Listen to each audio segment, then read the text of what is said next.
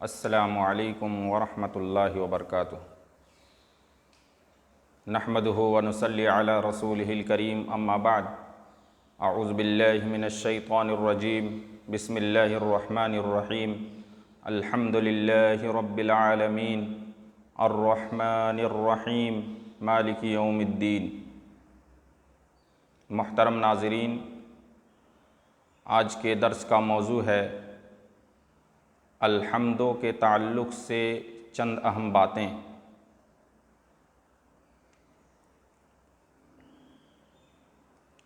الحمدللہ کے تعلق سے اللہ کے نبی صلی اللہ علیہ وسلم سے مروی ہے کہ آپ کا ارشاد گرامی ہے، کل کلام لا یبدأ فیہ بحمد اللہ والصلاة علیہ فہو اقطع ابتر ممحوق البرکہ، کہ ہر وہ کلام جس کی ابتدا اللہ کی تعریف اور مجھ پر درود کے بغیر کی گئی ہے تو وہ ناقص، ناتمام اور برکتوں سے خالی ہے۔ اسی طرح سے بسم اللہ کے تعلق سے بھی نبی کریم صلی اللہ علیہ وسلم سے اس طرح حدیث منقول ہے۔ بہرحال شرح العقیدۃ الواسطیہ کے حاشیہ لکھنے والے عالم فضیلت الشیخ اسماعیل انصاری حاشیہ کے اندر تحریر فرماتے ہیں کہ حافظ سخاوی نے اپنی کتاب القول البدیع فی الصلاۃ علی الحبیب الشفیع میں اس حدیث کو کل امر ذی بال لا یبدأ فیہ بذکر اللہ ثم الصلاۃ علیہ فہو اقطع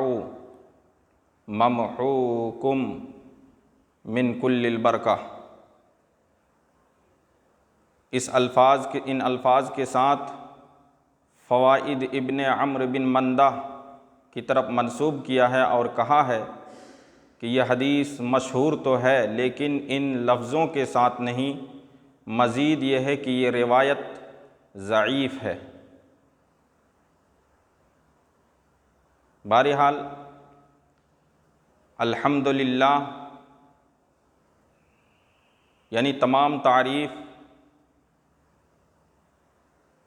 اللہ سبحانہ و تعالیٰ کے لیے ہے۔ مسلم شریف کی حدیث ہے، حضرت سمرہ بن جندب رضی اللہ عنہ روایت کرتے ہیں کہ اللہ کے نبی صلی اللہ علیہ وسلم نے ارشاد فرمایا، احب الکلام الی اللہ اربع،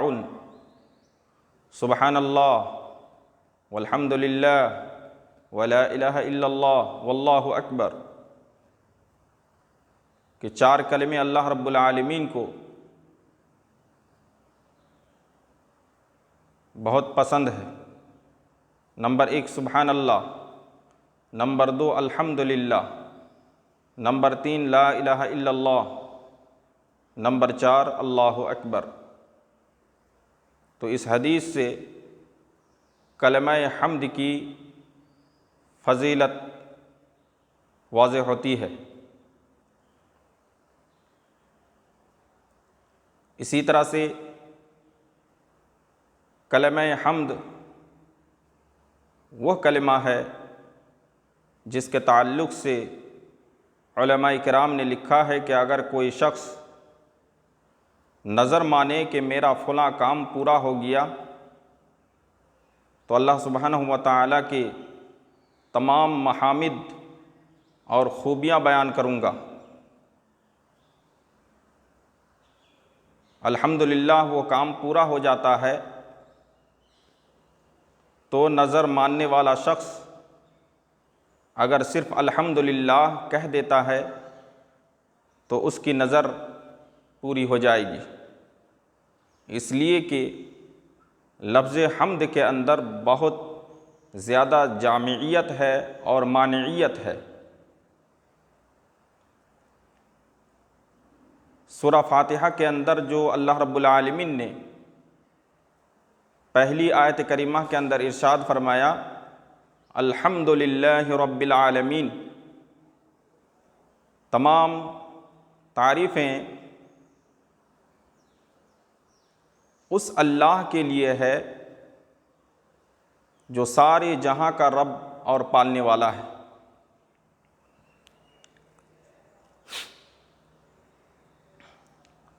تو یہ آیت کریمہ توحید کے تینوں اقسام کو شامل ہے۔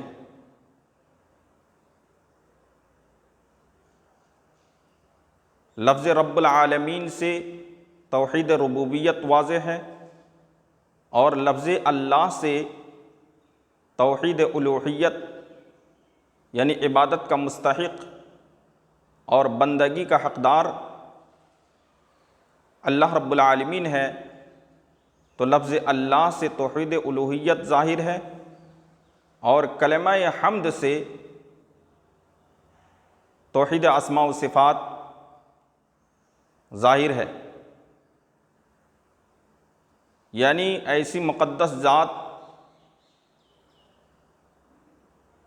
جس کے لیے تمام تعریفیں ہیں، اور ایسی مقدس ذات جس کے لیے تمام جمالی اور کمالی صفات ہیں، جن صفات کے اندر کسی طرح کا نقص اور عیب نہیں ہے۔ تو اس طرح سے مصنف رحمۃ اللہ علیہ نے سب سے پہلے اس کتاب کے اندر بسم اللہ الرحمن الرحیم ذکر کیا، پھر اس کے بعد اللہ رب العالمین کی تعریف اور حمد و ثنا بیان کیا۔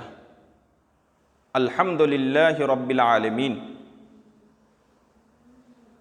آج کے سبق کا خلاصہ اس طرح سے ہے، سب سے پہلے حمد کس کو کہیں گے؟ تو حمد کہیں گے کہ زبان کے ذریعے سے اختیاری اوصاف کو بیان کرنا، خواہ نعمت کے ملنے پر ہو یا نعمت کے نہ ملنے پر ہو۔ اسی طرح سے اس کے مقابلے میں ایک لفظ شکر کا آتا ہے، تو شکر کہیں گے اختیاری اوصاف کو بیان کرنا کسی نعمت کے ملنے پر ہی۔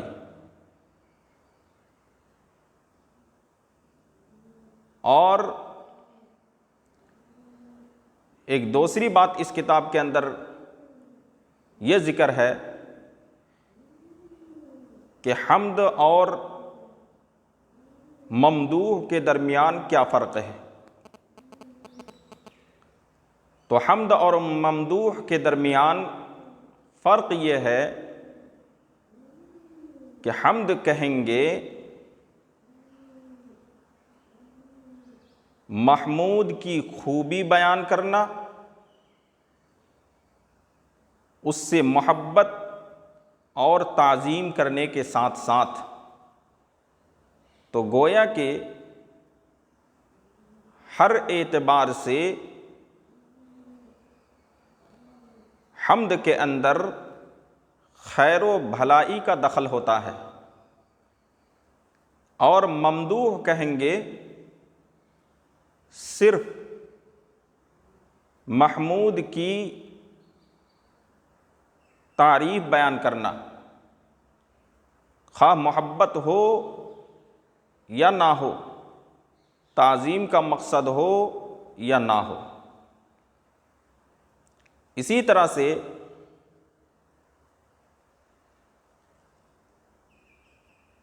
الحمد کے اندر جو الف لام ہے، تو بعض لوگوں نے کہا کہ یہ الف لام استغراق کے لیے ہے، اور جب استغراق کے لیے الف لام ہوگا تو ایسی صورت میں حمد کے تمام کلمات یا حمد کے تمام افراد شامل ہوں گے، خواہ وہ حمد حقیقی ہو یا وہ حمد تقدیری ہو۔ اور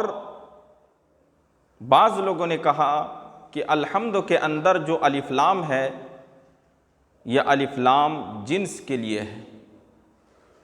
اور جب جنس کے لیے ہوگا تو اس کا مطلب یہ ہوگا کہ تمام کامل مکمل صفات اللہ سبحانہ و تعالیٰ کے لیے ہے، اور اس کا مقصد یہ ہوگا کہ اللہ رب العالمین کے لیے تمام جلالی اور کمالی صفات ہیں، جن کی وجہ سے اللہ رب العالمین کی تعریف اور توصیف بیان کی جاتی ہے، اور ان تعریف، توصیف یا پھر ان کمالی اور جلالی صفات میں سے کوئی بھی صفت کسی طرح کا نقص اور عیب نہیں رکھتا ہے، بلکہ ان تمام کمالی اور صفات میں ہر اعتبار سے وہ مکمل ہے۔ تو اس طرح سے آج کے سبق کا خلاصہ ہے، مصنف رحمۃ اللہ علیہ لکھتے ہیں الحمد للہ روی عن النبی صلی اللہ علیہ وسلم انہ قال،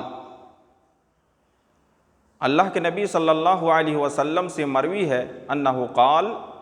کہ رسول پاک صلی اللہ علیہ وسلم کا ارشاد گرامی ہے کل کلام لا یبدأ فیہ بحمد اللہ والصلاة علیہ فہو اقطع ابتر ممحوق البرکہ۔ جیسے کہ میں نے بتلایا کہ یہ حدیث ضعیف ہے، اور علامہ سخاوی رحمۃ اللہ علیہ نے ضعف کی طرف اشارہ کیا ہے۔ ہر وہ کلام جس کی ابتدا اللہ رب العالمین کی حمد اور مجھ پر درود کے بغیر کی گئی ہے تو وہ ناتمام، ناقص، دم بریدہ اور برکت سے خالی ہے۔ وَوَرَدَ مِثْلُ ذَلِكَ فِي الْبَسْمَلَةِ، اسی طرح بسم اللہ الرحمن الرحیم کے تعلق سے بھی حدیث منقول ہے، یعنی جس کی ابتدا بسم اللہ کہہ کر نہ کی جائے اس کلام میں برکت نہیں ہوتی ہے، وہ کلام دم بریدہ ہے، برکتوں سے خالی ہے۔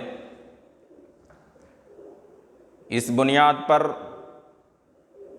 مصنف رحمۃ اللہ علیہ نے دونوں روایتوں پر عمل کرتے ہوئے دونوں حدیثوں کو ذکر کیا ہے، وَلَا تَعَارَضَ بَيْنَهُمَا، اور ان دونوں حدیثوں کے درمیان کسی طرح کا تعارض یا پھر ٹکراؤ نہیں ہے۔ کیوں؟ فَإِنَّ الْإِبْتِدَاءَ قسمان، اس لیے کہ ابتدا کی یا اسٹارٹنگ کی دو قسمیں ہوا کرتی ہیں، نمبر ایک حقیقی اور نمبر دو اضافی۔ تو بسم اللہ الرحمن الرحیم یہ ابتدائی حقیقی ہے، اور الحمدللہ یہ ابتدائی اضافی ہے۔ پھر اس کے بعد کہتے والحمد ضد الذم، حمد ضد کا الٹا ہے، یا پھر حمد ذم کی ضد ہے۔ یقال، کہا جاتا ہے حمدت الرجل احمدہ حمدا محمدا ومحمدتا فہو محمود وحمید۔ اس طرح صرف صغیر کی گردان یہاں پر لکھ دیا ہے، اور یہ بھی منقول ہے کہ حمد اللہ تشدید کے ساتھ پڑھیں گے،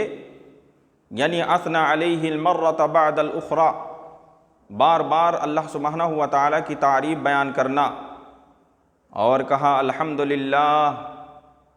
حمد کس کو کہیں گے؟ والحمد هو الثناء باللسان علی الجمیل الاختیاری نعمت کان او غیرہا، کہا کہ حمد زبان کے ذریعے سے تعریف کرنا ہے اختیاری اوصاف پر، خواہ احسان کے بدلے میں ہو یا بلا احسان ہو، نعمت ملے یا نہ ملے، ہر حالت میں اللہ رب العالمین کی تعریف بیان کرنا۔ جیسے کہ کہا جاتا ہے حمدت الرجل علی انعامہ وحمدتہ علی شجاعتہ، میں نے آدمی کی تعریف کی اس کے انعام ملنے پر، یا پھر میں نے آدمی کی تعریف کی اس کی بہادری کی وجہ سے۔ اور رہا شکر، شکر کس کو کہیں گے؟ فعل النعمت خاصہ، شکر ادا اسی وقت کیا جاتا ہے جب کوئی خصوصی نعمت حاصل ہو، اور یہ شکر زبان، دل اور اعضاء و جوارح، یہ ساری چیزیں شریک ہوتی ہیں۔ شاعر نے کہا کس طرح سے زبان، دل اور اعضاء و جوارح سے شکر ادا کیا جاتا ہے، اس بات کو مصنف رحمۃ اللہ علیہ نے ایک شعر کے ذریعے سے ثابت کیا ہے۔ افادتکم النعماء منی ثلاثۃ یدی ولسانی والضمیر المحجبا، تمہارے احسانات، تمہارے احسانات، تمہارے احسانات کا بدلہ چکا دیا میری جانب سے۔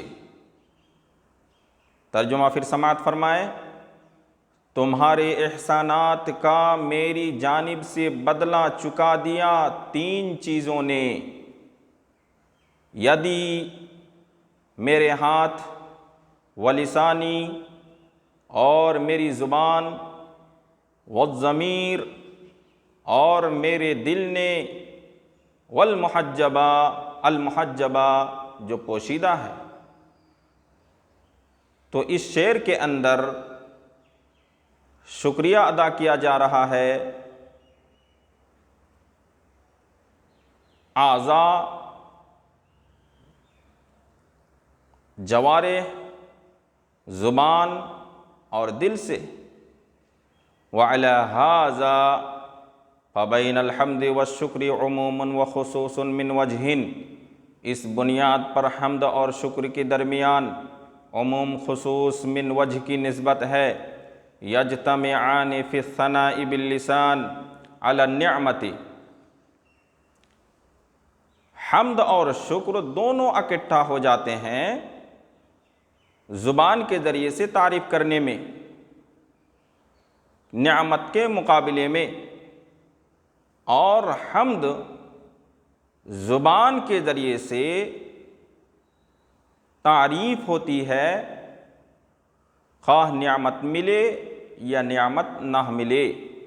صرف اختیاری اوصاف کی بنیاد پر حمد کی تعریف ہو رہی ہے، یعنی حمد زبان کے ذریعے سے ہوتی ہے اختیاری اوصاف کی بنیاد پر، خواہ نعمت ملے یا نعمت نہ ملے، اور شکر دل، اعضاء و جوارح اور اسی طرح سے زبان سے ادا کیا جاتا ہے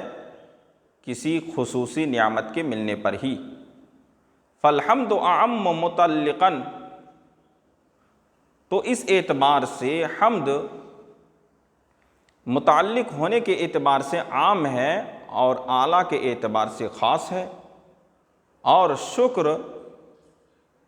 متعلق ہونے کے اعتبار سے خاص ہے اور اعلیٰ کے اعتبار سے عام ہے۔ وَأَمَّا الْفَرْقُ بَيْنَ الْحَمْدِ وَالْمَدْحِ، اور رہی یہ بات کہ حمد اور ممدوح کے درمیان، حمد اور مدح کے درمیان، حمد اور مدح کے درمیان کیا فرق ہے، تو کہا علامہ ابن قیم رحمۃ اللہ علیہ نے، ان الحمد اخبار عن محاسن المحمود مع حبه وتعظیمه فلا بد فيه من اقتران الارادۃ بالخیر۔ محمود کی خوبی بیان کرنا یا محمود کے محاسن بیان کرنا، اس کی محبت اور اس کی تعظیم کے ساتھ ساتھ، تو ایسی صورت میں یعنی حمد کی صورت میں ہمیشہ بھلائی اور خیر کا پہلو کا دخل ہوتا ہے، ہمیشہ بھلائی اور خیر کے پہلو کا دخل ہوتا ہے، بخلاف مدح کے اندر ایسی بات نہیں ہے۔ کیوں؟ فَإِنَّهُ إِخْبَارٌ مُجَرَّد، اس کے اندر صرف تعریف ہوتی ہے، محبت کا پہلو نہیں ہوتا، یا پھر تعظیم کا پہلو نہیں ہوتا، صرف مدح کے اندر تعریف ہوتی ہے۔ جیسا کہ شعراء لوگ بادشاہوں کی تعریف کرتے تھے صرف روپیہ بٹورنے کے لیے اور جیب بھرنے کے لیے، ورنہ بادشاہ کے یہاں سے جب وہ نکلتا تو بادشاہ کی برائی پہ برائی، برائی پہ برائی کرتا، تو اسی کو بولتے ہیں مدح۔ حمد کے اندر ایسی بات نہیں ہے، ہر حالت میں اللہ رب العالمین کی تعریف ہوتی ہے، ساتھ ہی ساتھ محبت بھی ہوتی ہے اور اس کی تعظیم بھی ہوتی ہے۔ وَلِذَلِكَ كَانَ الْمَدْحُ أَوْسَعُ تَنَاوُلًا، اس اعتبار سے مدح شمولیت کے اعتبار سے وسیع تر ہے، لِأَنَّهُ يَكُونُ لِلْحَيِّ وَالْمَيِّتِ، اس لیے کہ مدح جو ہے مردہ کے لیے بھی ہے اور میت کے لیے بھی ہے اور جمادات کے لیے بھی ہے۔ اور الحمد کے اندر جو الف لام ہے یہ استغراق کے لیے ہے، لِيَتَنَاوَلَ كُلُّ أَفْرَادِ الْحَمْدِ الْمُحَقَّقَةِ وَالْمُقَدَّرَةِ، تاکہ حمد کے تمام افراد شامل ہو جائے،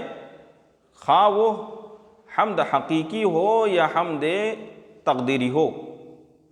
اور یہ بھی کہا گیا ہے کہ الحمد کے اندر جو الف لام ہے یہ جنس کے لیے ہے، وَمَعْنَاهُ، اور اس کا معنی یہ ہوگا ان الحمد الکامل ثابت للہ، کامل مکمل حمد اللہ رب العالمین کے لیے ثابت ہے۔ وَهَذَا يَقْتَضِي ثبوت كل ما يحمد علیہ من صفات کمالہ ونعوت جلالہ، اور اس کا مقصد یہ ہوگا کہ اللہ سبحانہ و تعالی کی تعریف کی جا رہی ہے کمالی صفات اور جمالی صفات کی بنیاد پر، اذ من عدم صفات الکمال فلیس بمحمود علی الاطلاق، کمالی صفات اور جمالی صفات میں سے کوئی بھی ایک صفت اگر مفقود ہے، اس کے اندر نہیں ہے، تو پھر وہ کلی طور پر محمود کے مستحق نہیں ہے، اس لیے کہ نقص پایا گیا۔ اور لیکن حمد کے اندر یہ مقصد ہوتا ہے کہ محمود کی تعریف ہو ہر اعتبار سے اور ہر طریقے سے، حمد کے جتنے اقسام ہیں اور جتنی قسمیں ہیں، الا من حاز صفات الکمال جمیعها، اور اگر کوئی بھی صفت مفقود ہو گئی یا چھوٹ گئی تو پھر وہ کلی طور پر محمود کے مستحق نہیں ہو سکتا۔ تو پتہ یہ چلا حمد اللہ رب العالمین کی تعریف ہوتی ہے اختیاری اوصاف کی بنیاد پر، خواہ کسی نعمت کے ملنے پر ہو یا نعمت کے ملنے پر نہ ہو۔ اس کے برعکس شکر ہے، شکر اسی وقت ادا کیا جاتا ہے جب کوئی نعمت ملے تب، اور یہ شکر زبان کے ذریعے سے ادا کیا جاتا ہے،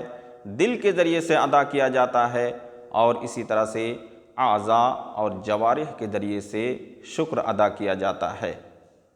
ھذا وباللہ التوفیق وصلی اللہ علی نبینا محمد وصلی اللہ علیہ وسلم۔ السلام علیکم ورحمۃ اللہ وبرکاتہ۔